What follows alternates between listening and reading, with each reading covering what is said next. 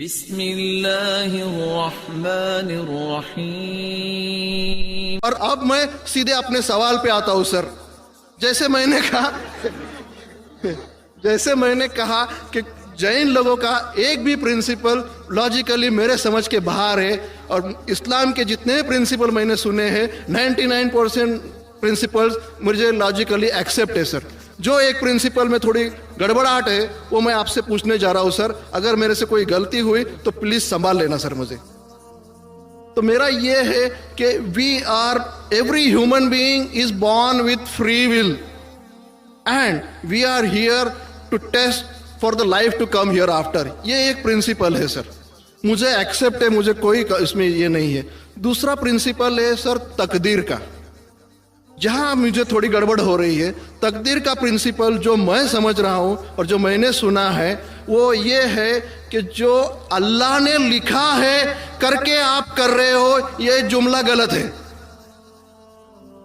आप जो करने वाले हो वो अल्लाह को मालूम है करके अल्लाह ने लिखा है। I hope I am right sir. Correct. तो सर अगर जब फ्री विल का जो प्रिंसिपल है तो ये तो इसके साथ टैली हो रहा है सर।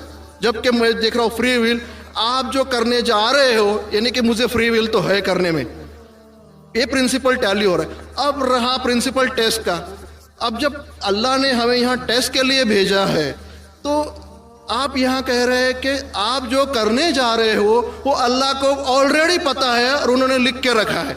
तो मुझे ये समझ में आ रहा है कि हम आखिरत तक क्या करने वाले हैं, यानी सब लोग जो है क्या करने वाले हैं ये अल्लाह को पता है। ये एंड रिजल्ट अल्लाह को पता है, ऐसा मुझे लग रहा है।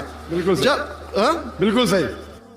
आई एम ग्लैड सर, जो मैं समझ रहा था सही समझ रहा था। अब यहाँ बात यह आ रही है कि सर अगर वर्ल्ड कप क्रिकेट का रिजल्ट मुझे अगर फाइनल रिजल्ट मालूम है तो पूरा वर्ल्ड कप मुझे देखने की जरूरत क्या है? वेरी गुड, बहुत अच्छा सवाल।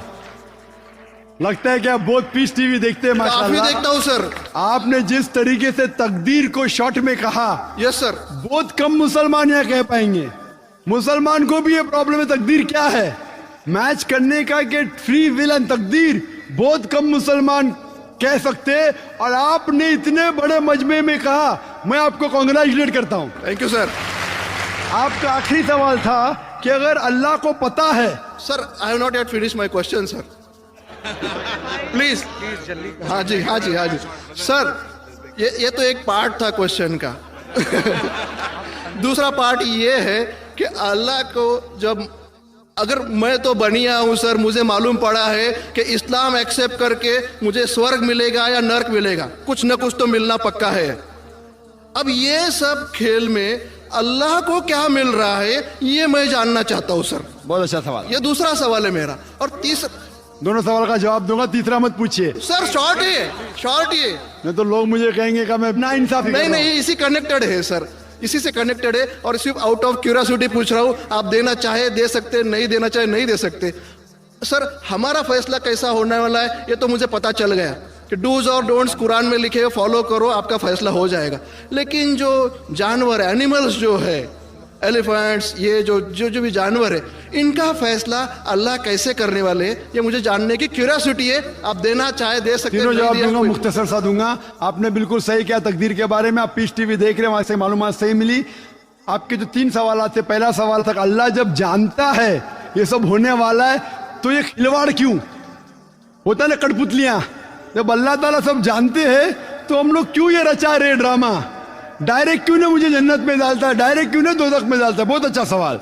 सबसे पहले ये सवाल कि अगर अल्लाह सुब्हाना व तआला आपको बोलेगा अच्छा ये आदमी अच्छे काम करने वाला है, इसको जन्नत में डाला, ये आदमी बुरे काम करने वाला है, दोज़ख में डाला, और डायरेक्ट अगर दुनिया में आने के बिना जन्नत में डालेगा, दोज़ख में डालेगा, जन्नत में वाला तो एतराज नहीं करेगा, दोज़ख में डालने वाला कहेगा आप मुझे दोज़ख में क्यों डाल रहे, मैंने क्या गुनाह किया? अल्लाह ताला कुरान में ये लिखा है आखिरत के दिन में आप अल्लाह से ये नहीं कहेंगे क्या वो नाइंसाफी कर रहे, आपके जिस्म आपके खिलाफ गवाही देंगे, आपके फेवर में गवाही देंगे। आपके आंख, आपके हाथ, आपके हर जिस्म के अंग अंग आपके फेवर और खिलाफ में गवाही देंगे।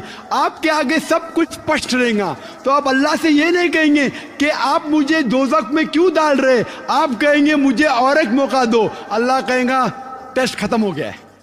अगर डायरेक्ट आपको दोज़ख में डालेंगे तो आप कहेंगे अल्लाह ने, मिसाल के तौर पे अगर टीचर जानता है कि ये स्टूडेंट को फर्स्ट आने वाला है, ये स्टूडेंट फेल होने वाला है, अगर डायरेक्ट बोलेगा नो टेस्ट, आपको पास किया आपको फेल किया, पास करने वाला इतराज नहीं करेगा, फेल करने वाला बोलेगा अरे आपने फेल क्यों किया मुझे, अरे आप तो बुद्धू है आपको, लेकिन फेल क्यों किया, इसलिए टेस्ट लेता है। अल्लाह ताला जानता है लेकिन आप उस पर एतराज नहीं किया आखिरत में, इसलिए टेस्ट ले रहा है।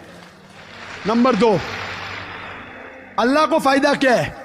अल्लाह को शैतान ने उसको चैलेंज किया था कि मैं तेरे बंदे को भड़काऊंगा। चैप्टर नंबर 7 में लिखा गया है। तो अल्लाह कहता है कि मेरे बंदे को तू भड़का सकेगा ही नहीं, जो मेरे बंदे ने उसको भड़काएगा।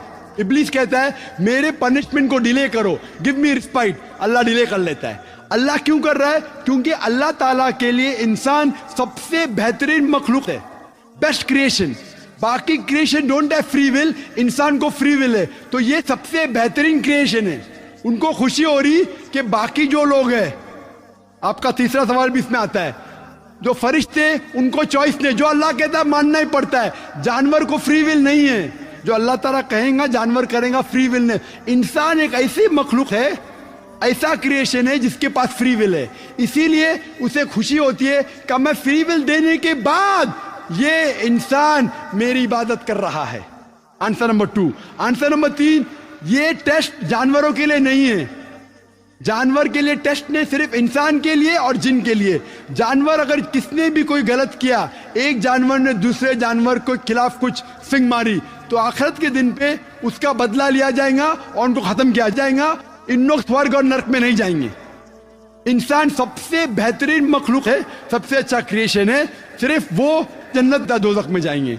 और सवाल के पहले जो आपने पूछा था कि वो मुस्लिम ऑपरेटर पीस टीवी नहीं दिखा रहा है, हम क्या करें? आप बिल्कुल सही कह रहे हैं कि मुसलमान से ज्यादा गैर मुसलमान को फायदा हो रहा है, इसलिए वो मुसलमान टेलीविजन नहीं दिखा रहा है।